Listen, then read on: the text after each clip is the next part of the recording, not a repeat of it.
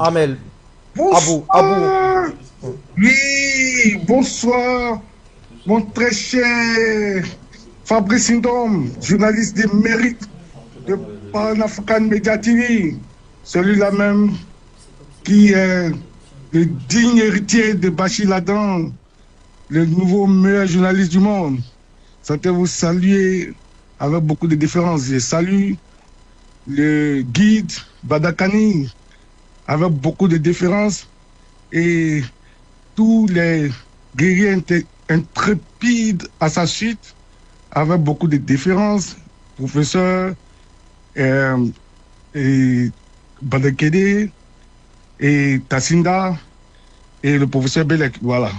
Donc, souhaitez-vous tous saluer avec déférence et tous les techniciens, les appelants.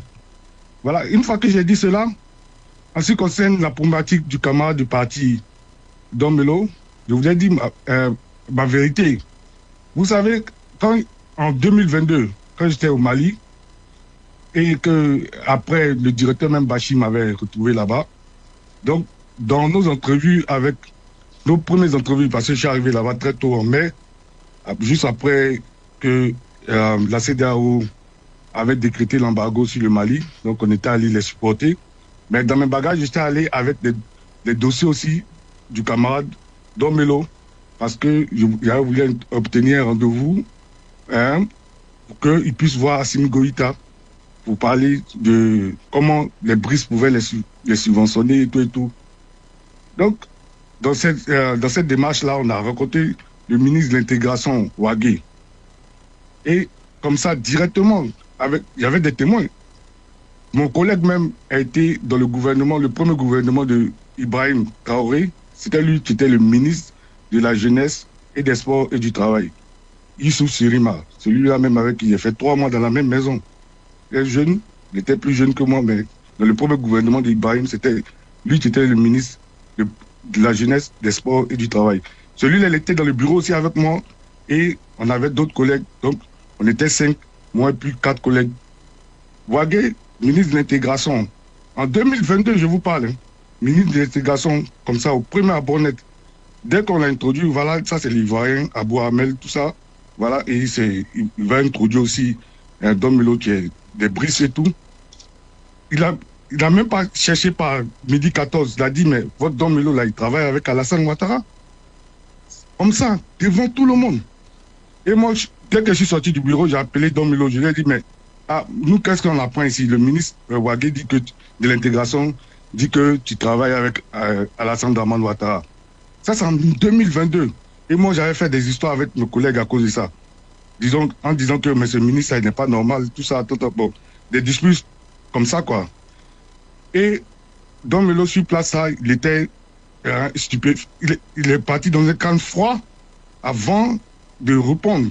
Et quand il répond, il dit quoi? Oh, tout ça, c'est du n'importe quoi, c'est du n'importe quoi de la. Il a essayé de balayer ça du revers de la main. Mais nous, maintenant, qu'est-ce qu'on voit en 2025? Quand on voit en 2025 ce qui se passe, on comprend que c'est ce qu'on appelle les cellules dormantes. C'est ce qu'on appelle les cellules dormantes. Parce qu'on est dans un parti.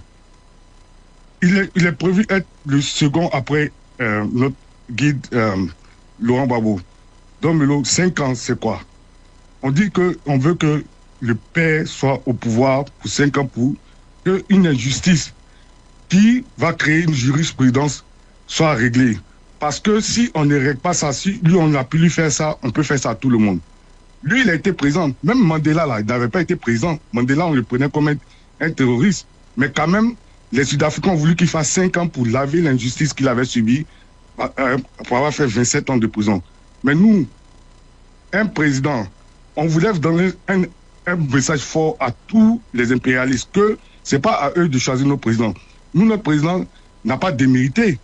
On l'a enlevé parce que justement, lui faisait notre affaire et puis il ne faisait pas l'affaire des impérialistes. C'est pas parce que Alassane était plus fort que lui ou bien Alassane était plus intelligent que lui ou bien Alassane était plus patriote que lui ou bien Alassane avait un meilleur programme que lui. Lui, il est venu au pouvoir en 2001 seulement. Il est venu en octobre, 26 octobre, on a fait l'investiture 2000. C'est juste après ça que je suis parti et je ne suis jamais revenu au pays. Ça fait maintenant pratiquement 25 ans. il n'a rien fait de mal. Il n'a même pas encore fait son premier gouvernement qu'on a failli attenter au coup d'État en 1er janvier 2001. Donc c'est quelqu'un qu'on a combattu, pas comme parce qu'il avait fait un mauvais travail, pas comme il avait démérité. On l'a combattu parce qu'il était patriote, c'est tout. Il a demandé 50%, 50%. Et c'est cette injustice-là que, à son âge-là, on voulait créer une jurisprudence pour dire que quand on est juste, on peut vivre et puis aller heureux. Mais pas tous les jours que quand on est juste, on nous tue comme Sylvanus Olympio, on nous tue comme Kwame Nkrumah, on nous tue comme Sankara. Tout ça, on veut laisser une histoire heureuse à l'humanité, que l'humanité va prendre pour référence, pour dire que dans la vie, là, il faut être juste aussi, il faut combattre, il faut être patriote. Africain peut être patriote et puis vivre et avoir une fin heureuse. C'est de ça qu'il s'agit.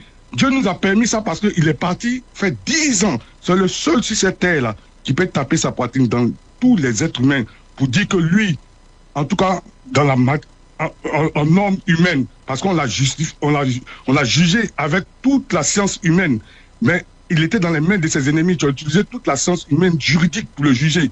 Donc lui seul, il peut dire que lui, il est parfait. Lui, sur le plan juridique humain, il peut dire que lui, il est parfait. Parce qu'il a fait 10 ans, on ne dit pas 10 mois, ou bien, on ne dit pas un truc comme on appelle ça, 10 semaines, ou bien 10 jours, ou bien 10 heures, ou bien 10 minutes. 10 ans propres où ils l'ont fouillé en fond en comble. Ils ont dit qu'il est innocent. Mais par contre, les autres. Donc 5 ans, lui donner 5 ans. Quelqu'un, il avait toute la latitude de vendre le combat. Et c'est pas parce qu'il a démérité, c'est parce qu'il a refusé de vendre le combat. Même quand il revient, on lui dit encore, assieds-toi, on va te donner une retraite dorée. La même chose qu'on lui avait proposé avant de bombarder son palais. Il refuse encore pour nous, pour se sacrifier à son âge. Alors qu'il fait ça, c'est pour toute l'humanité. Parce qu'en définitive, quelle morale on veut laisser? Si Alassane doit faire un 4e mandat, quelle morale on veut laisser à nos enfants? Déjà, même que Alassane même a eu un premier mandat, après avoir fait une rébellion, qu'est-ce qu'on laisse à nos enfants? Pour dire que non, c'est la force des armes qui paye. L'école ne paye plus. La méritocratie n'existe plus. Il faut être médiocre. Regardez tous ceux qui gouvernent avec Alassane. Moi, Mamadou Touré, c'est mon promo de classe. On a fait premier D ensemble. Doumbia Major, à CI, on a fait premier D ensemble. À William Poti de Yopougo en 1991. 2 vauriens de ma classe aujourd'hui sont milliardaires. Est-ce que vous imaginez quel conseil on peut donner aux gens? Quel conseil on peut donner aux gens? Et tout cela, ils trouvent ça normal. Pourtant, les mêmes, quand ils étaient réfugiés ici, l'autre, Mamadou Touré était réfugié en Suisse. Doumbia Major était réfugié en France. Les deux parlaient d'adressage. Ils parlaient de politique, mais dans le bon terme, parce qu'ils étaient en Europe. Dès qu'ils sont arrivés au pays maintenant, ils sont là. Mamadou Touré gagne 1 milliard par jour pour dire que, comme les ministres de la jeunesse, on dit que pour l'entrepreneuriat des jeunes, 5 fois même, ils ne dépensent pas pour l'entrepreneuriat des jeunes. Tous ces milliards-là, pendant 15 ans, on ne sait pas où c'est parti. Doumbia Major, dans la site, on leur donne 26 milliards pour juste étudier les listes électorales. Ils n'ont jamais fait ça. Ils se partagent les milliards. Et ils trouvent ça normal. Pourtant, quand il était ici, en France, puis en France, ici, il a eu le doctorat en informatique. Il parlait beaucoup que ça, c'est les listes électorales. On fait ça avec l'informatique facilement. Donc, vous voyez, tous ces gens-là sont des misères morales. Donc, avec cette misère morale-là, si on les laisse encore 4 ans, quelle moralité on donne encore à l'humanité? Et puis, c'est une boîte de Pandore qu'on ouvre. Et cette boîte de Pandore, elle se ferme quand? Parce que si on a fait ça au bois vert, parce qu'un président, un ex-président comme Gbagbo, un monument comme lui, à cause de son parcours et tout, comme je vous dis, Gbagbo, nous, c'est notre tonton du quartier depuis 1979 qu'on a déménagé dans le même quartier. Puis, Abou Bouchouté. Oui, voilà. Donc, un gars comme ça, même chose, comme on appelle humainement, c'est quelqu'un de bien. Encore, tout son parcours est déjà bien. On voudrait que c'est un bon aboutissement, ça finisse pour qu'on puisse avoir quelque chose à raconter à nos enfants et qu'il soit un bon exemple de l'humanité. On dit que c'est l'heure. La gentillesse, c'est de ça qu'il s'agit. Je vous remercie. Voilà. Bonne continuation. Merci infiniment à vous, Abou, pour votre contribution. Malheureusement, le temps imparti à cette émission est largement dépassé. Il me reste qu'à vous dire.